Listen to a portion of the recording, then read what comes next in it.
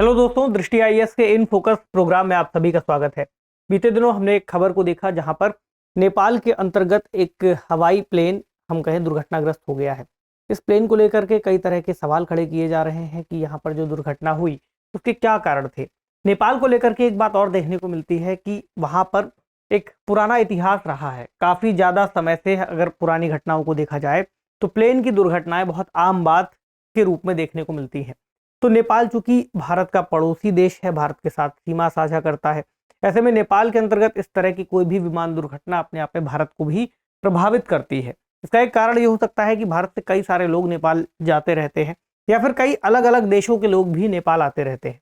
आज के सेशन में हम इन सभी मुद्दों पर बात करेंगे। ये भी देखेंगे कि कौन कौन से प्रमुख कारण हैं, कौन सी वजहें हैं जिसकी वजह से भारत का एक पड़ोसी देश काफी लंबे समय से विमान के अंतर्गत जो दुर्घटनाएं हैं उनका सामना कर रहा है। किस तरह के समाधान सुझाए जा सकते हैं। अगर कोई सवाल बने तो आप इसका उत्तर दे सकें। जो टॉपिक है वह है नेपाल में क्यों बढ़ रही है विमान दुर्घटनाएं। तो पिछले काफी समय से ऐसा हमें इतिहास क्यों देखने को मिल रहा है। खबर आई है, plane crash in Pokhara kill 68, why there is a history of such incident in Nepal. तो ऐसी दुर्घटनाओं का इतिहास हमें क्यों देखने को मिलता है, क्यों होती है, क्या कारण है। अभी हालिया क्रैश इसको एकमात्र वजह हम मान सकते हैं किसको चर्चा में लेकर के आ गया है, लेकिन इसके पीछे और भी चीजों को हमें जानना महत्वपूर्ण होगा। तो देखेंगे कि चर्चा क्यों की जा रही है। चूंकि इस मुद्दे से जुड़ा है इसलिए थोड़ी सी और बात कर लेंगे। इसके कारणों को देखना बहुत जरूरी होगा, कौन कौन से कारण है, भारत इनसे क्या सीख सकता है। अब चूंकि नेपाल के अंतर्गत ऐसी स्थितियां बनती हैं तो वैश्विक स्तर पर क्या प्रतिक्रिया दी गई है इसको लेकर के। कुछ बड़ी दुर्घटनाएं देखेंगे उदाहरण के रूप में, ताकि अगर कुछ एग्जाम्पल्स आपको देने हो या लिखने हो, कहीं पर कोड करना हो तो आप कर पाएं। भारत के अंतर्गत भी जोड़ के देखेंगे कि भारत को इससे क्या नुकसान हो रहा है, भारत की क्या स्थिति है। एक निष्कर्ष को समझेंगे और एक सवाल जो कि मेंस में आपसे विश्लेषण की डिमांड कर सकता है, विश्लेषण की मांग कर सकता है। तो यह जो विषय है जीएस पेपर 3 के अंतर्गत जुड़ेगा, आपदा एवं आपदा प्रबंधन। क्योंकि जरूरी नहीं है कि भारत में ही अगर कोई दुर्घटना ऐसी हो रही हो तो ही हम उससे सीखें। अगर हमारे आसपास भी ऐसी घटनाएं होती हैं भारत या उसके पड़ोसी देशों में या किसी और देश में, क्योंकि कई सारी फ्लाइट्स ऐसी होती हैं जो विदेशों से आई होती हैं, तो ऐसे में हमें यह भी पता चलता है कि विश्लेषण के आधार पर कौन कौन सी त्रुटियां वहां पर रह गई, कौन सी वजहें थी जिसके चलते ऐसी घटना हुई। तो नेपाल के पोखरा की घटना अभी के समय चर्चा में है, जहां पर एक यात्री विमान दुर्घटनाग्रस्त हो गया। इसमें लगभग 72 लोग मौजूद थे, जिसमें से कि 68 लोगों की मृत्यु की अब तक पुष्टि हो चुकी है और 4 लोग में लापता बताए गए हैं। इसमें अगर आप आंकड़ा देखेंगे तो 5 भारतीय नागरिक थे, 4 रूसी, 1 आयरलैंड से, 2 दक्षिण कोरिया से, 1 ऑस्ट्रेलिया से, 1 फ्रांस से, 1 अर्जेंटीना से। इसके अलावा बाकी नेपाल के लोग रहे होंगे। तो आपको दिखाई देगा कि इस दुर्घटना में कई सारे देशों के लोग शामिल थे जिनकी मृत्यु हो गई है, और हो सकता है कुछ लोग लापता हैं। लेकिन दुर्घटना जिस तरह से हुई है उसको देखने के बाद लगता है कि मुश्किल से ही कोई और बच सका होगा। तो मार्च 2018 के बाद से इस घटना को नेपाल की सबसे भीषण वायुयान से संबंधित दुर्घटना बताया गया है। इसके अलावा जो घटना के जिक्र किया गया है तो ढाका से यूएस बांग्ला का एक विमान काठमांडू में दुर्घटनाग्रस्त हुआ था, जहां पर 71 में से 51 लोगों की मौत हो गई थी। इस पर भी अभी जब हम देखेंगे एग्जाम्पल्स के तौर पर कि कौन कौन से विमान पहले घटनाग्रस्त हुए हैं तो इसके बारे में हमें पता चल जाएगा। अब पहले ये देख लें कि कौन कौन से कारण हैं, नेपाल की भौगोलिक दशाएं कैसी हैं, क्या वजहें हैं जिसकी वजह से नेपाल में ऐसी स्थिति दिखती है। तो नेपाल में विमान दुर्घटनाओं का लंबा इतिहास है, हमने चर्चा की। एविएशन सेफ्टी डेटाबेस ये बताता है कि पिछले 30 वर्षों में जितनी भी दुर्घटनाएं हुई हैं नेपाल में, लगभग 27 दुर्घटनाएं यहाँ पर दर्ज की गई हैं, जिसमें से कि पिछले ही एक दशक में 20 दुर्घटनाएं शामिल हैं। यानी कि पिछले 30 सालों की अगर हम दुर्घटनाओं को देखें तो पिछले 10 सालों में 20 से ज्यादा दुर्घटनाएं हुई हैं। क्या वजह हो सकती है?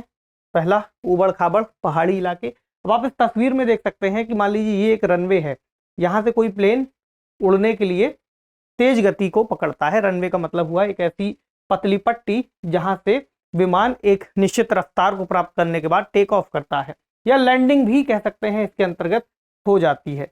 तो यहाँ की भौगोलिक स्थितियां ऐसी हैं कि बहुत सारी पहाड़ियां हैं।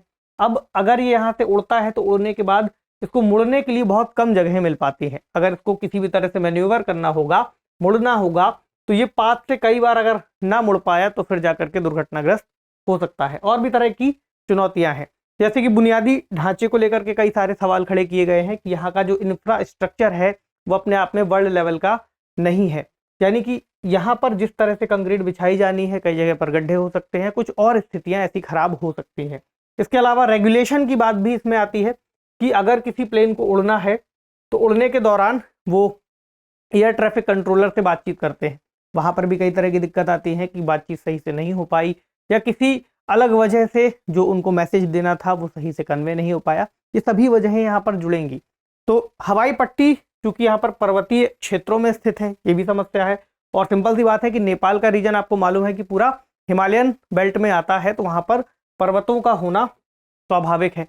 कई बार खराब मौसम भी यहाँ पर बहुत बड़ी वजह बनता है कि मान करके चलिए अगर किसी पायलट को प्लेन यहाँ पर ला करके उतारना होगा तो बादलों की वजह से हवाई पट्टी दिख ही नहीं पाएगी। और कई बार जब भी प्लेन उतारा जाता है तो ऊंचाई से हवाई पट्टी इतनी छोटी दिखती है कि वहां पर प्लेन उतारना वैसे ही बहुत कठिन और तकनीकी काम होता है। तो ये केवल बहुत ही स्पेशलिस्ट पायलट ही कर सकता है। क्योंकि सामान्य स्तर पर अगर देखा जाए तो अन्य देशों में जो हवाई पट्टियां हैं बहुत चौड़ी हैं, उनका प्रशिक्षण भी उस तरह से किया गया है कि वो आसानी से उतार लेते हैं। लेकिन नेपाल की दशाओं को अगर आप देखेंगे तो वो कहीं ज्यादा दुर्गम है और कहीं ज्यादा जटिल है, ये भी एक बड़ा कारण है। तो अगर आप ये देखें कि नेपाल में कहां पर सबसे ज्यादा दुर्घटनाएं हो रही हैं, तो यहाँ पर काठमांडू के पास त्रिभुवन अंतर्राष्ट्रीय हवाई अड्डे पर इस तरह की दुर्घटनाएं देखी गई हैं, सबसे घातक, जो कि समुद्र तल से 1338 मीटर की ऊंचाई पर मौजूद है।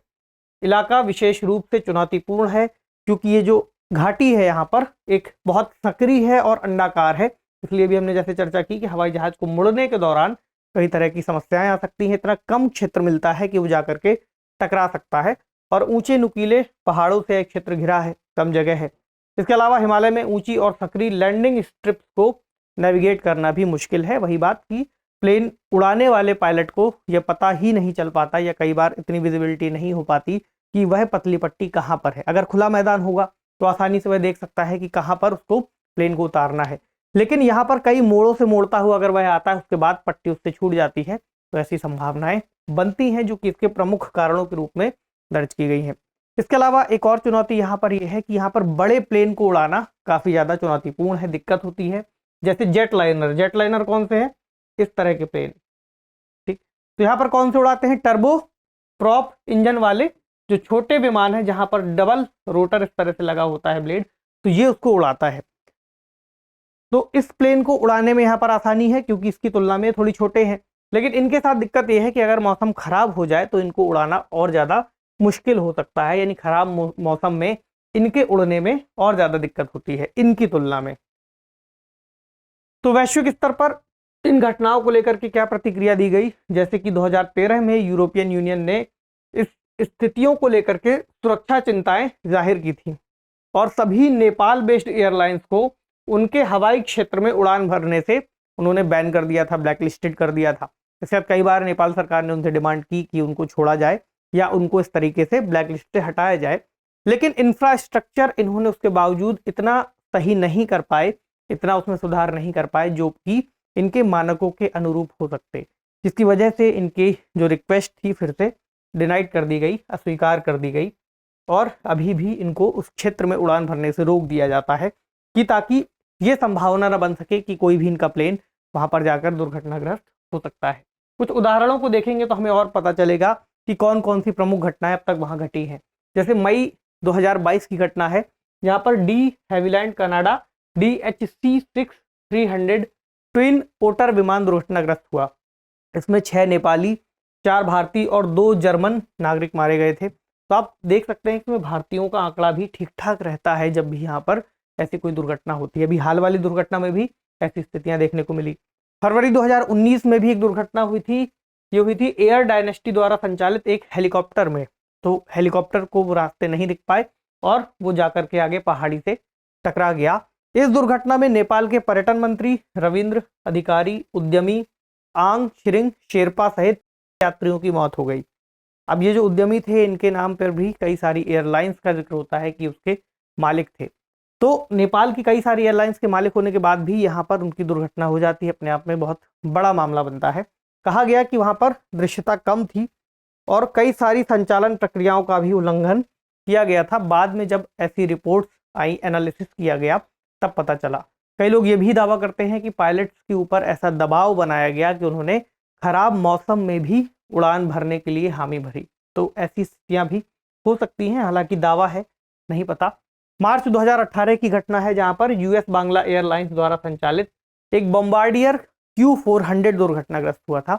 शुरू में हमने इसका जिक्र किया था। तो ये ढाका से लौट रहा था और काठमांडू के त्रिभुवन अंतर्राष्ट्रीय हवाई अड्डे पर से उतरना था, जहां पर यह दुर्घटनाग्रस्त हुआ। इसमें 51 लोगों की मौत हो गई। कैसे हुई दुर्घटना कि जो विमान आ रहा था वह रनवे से फिसल गया और हवाई अड्डे की बाढ़ से होता हुआ दुर्घटनाग्रस्त हुआ। आगे जाकर एक फुटबॉल के मैदान में घुस गया और फिर ब्लास्ट भी हो गया। कहा जाता है कि अपने आप में बहुत खतरनाक दुर्घटना थी, ये बहुत दिक्कत वाली दुर्घटना थी। आपदा की स्थिति वहां पर देखी गई। तो नेपाल के इतिहास में तीसरी सबसे घातक विमानन आपदा इसको माना गया था। इस तरह से इसका मलबा यहाँ पर पड़ा हुआ है।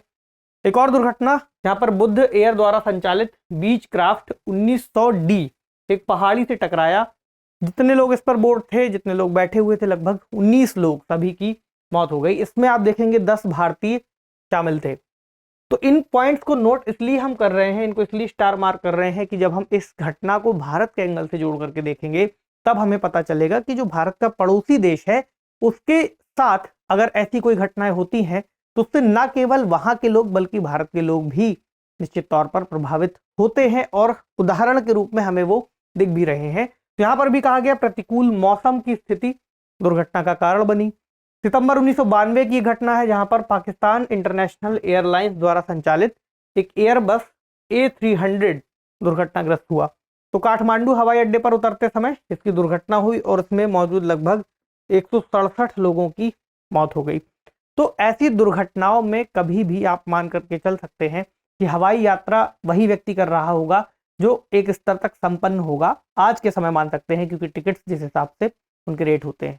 तो वहां पर कई बार ऐसे लोग भी शामिल हो जाते हैं जो अपने आप में समाज के लिए बहुत महत्वपूर्ण हो सकते हैं, समाज में उनका विशेष महत्व और योगदान हो सकता है। तो ऐसे लोगों की क्षति अपने आप में देश के लिए और समाज के लिए भी नुकसानदायक होती है। इसके अलावा जो नागरिक वहां पर मरते हैं उनकी भी क्षति अपने आप में एक कष्टकारी हो सकती है देश के लिए। जुलाई 1992 की भी कुछ घटना को देखें तो थाई एयरवेज द्वारा संचालित एक एयरबस थी 310। तो काठमांडू से अपने रास्ते पर आते समय दुर्घटनाग्रस्त हुई। 99 यात्री और 14 इसमें चालक दल मौजूद थे, 14 लोग, वो सभी इसमें मारे गए। मानसून के चलते भारी बारिश हो रही थी, ये इसको बड़ा कारण माना गया। तो इसकी टक्कर हो गई काठमांडू से 37 किलोमीटर उत्तर में एक पहाड़ से। और जो रिपोर्ट्स आई बाद में एनालिसिस किया गया तो ये पता चला कि जो पायलट था उसको नेपाल की परिस्थितियों के हिसाब से प्रशिक्षण नहीं दिया गया था या उतना प्रशिक्षित वह व्यक्ति नहीं था। इन पूरी घटनाओं में चूंकि आपदा और आपदा प्रबंधन का हम यहाँ पर जिक्र कर रहे हैं, हम एनालाइज कर रहे हैं कि वे कौन से कारण हो सकते हैं ताकि तथ्यों के रूप में उनकी हम चर्चा कर सकें। तो आपको दिखाई दे रहा होगा कि लगभग ये स्थितियां विशेष रूप से जिम्मेदार मानी गई हैं इन सभी घटनाओं के पीछे। जैसे ढांचागत जो समस्याएं हैं इंफ्रास्ट्रक्चर को लेकर के, वो एक दिक्कत थी। तो निष्कर्ष में हम कहेंगे कि वहां पर निवेश किए जाने की जरूरत है, इन सभी स्थितियों को सुधारे जाने की जरूरत है।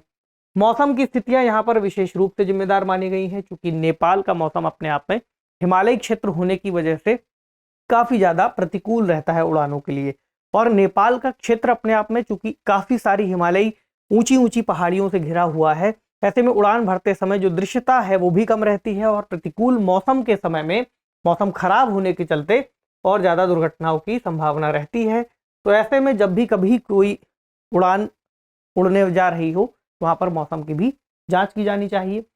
तो चूंकि परिस्थितियां वहाँ खराब है, पर्याप्त प्रशिक्षण दिया जाए। जो एरोप्लेन्स हैं उड़ते समय कई बार उनमें भी कई सारी खामियां देखी गई हैं, तो उनकी भी जांच की जाए ठीक तरह से ताकि दुर्घटना की संभावना कम हो सके। और जो यातायात का सपोर्ट है ट्रैफिक कंट्रोलर का, उनसे कई बार तालमेल में दिक्कत होती है, तो उसको भी सुधारना एक बेहतर विकल्प होगा क्योंकि इसका प्रभाव भारत पर भी पड़ रहा है, भारत के लोगों पर पड़ रहा है। कई बार भारत सरकार के ऊपर भी इस तरह की स्थितियों को देखे जाने की बात आती है कि हमारी एयरलाइंस के अंतर्गत चूंकि वैसे दुर्घटनाएं इतनी नहीं होती, हम सभी मानकों का पालन करते हुए चलते हैं, लेकिन अगर कहीं पर भी ऐसी कोई समस्या हमें दिखती है तो उसमें हमें भी सुधार करना चाहिए। आज का प्रश्न देखें। प्रश्न है, बीते कुछ वर्षों से भारत के पड़ोसी देशों में विमान दुर्घटनाओं के गंभीर मामले देखे गए हैं। कुछ उदाहरणों के साथ उन कारणों पर चर्चा कीजिए जो इसके लिए जिम्मेदार हो सकते हैं। तो हमने कई सारे कारणों पर चर्चा की है। 250 शब्दों में आप नेपाल का उदाहरण देते हुए नेपाल और वहां पर जो स्थितियां घटित हुई हैं उनको बता करके इस उत्तर को फ्रेम कर सकते हैं। क्योंकि टॉपिक आज नेपाल का ही था तो उससे ही इसको आप लिख करके देख लीजिए। आपसे मिलेंगे अगले सेशन में किसी अन्य महत्वपूर्ण विषय के साथ। तब तक पढ़ते रहिए, उत्तर लिखन करते रहिए, अपना ख्याल रखिए। शुक्रिया।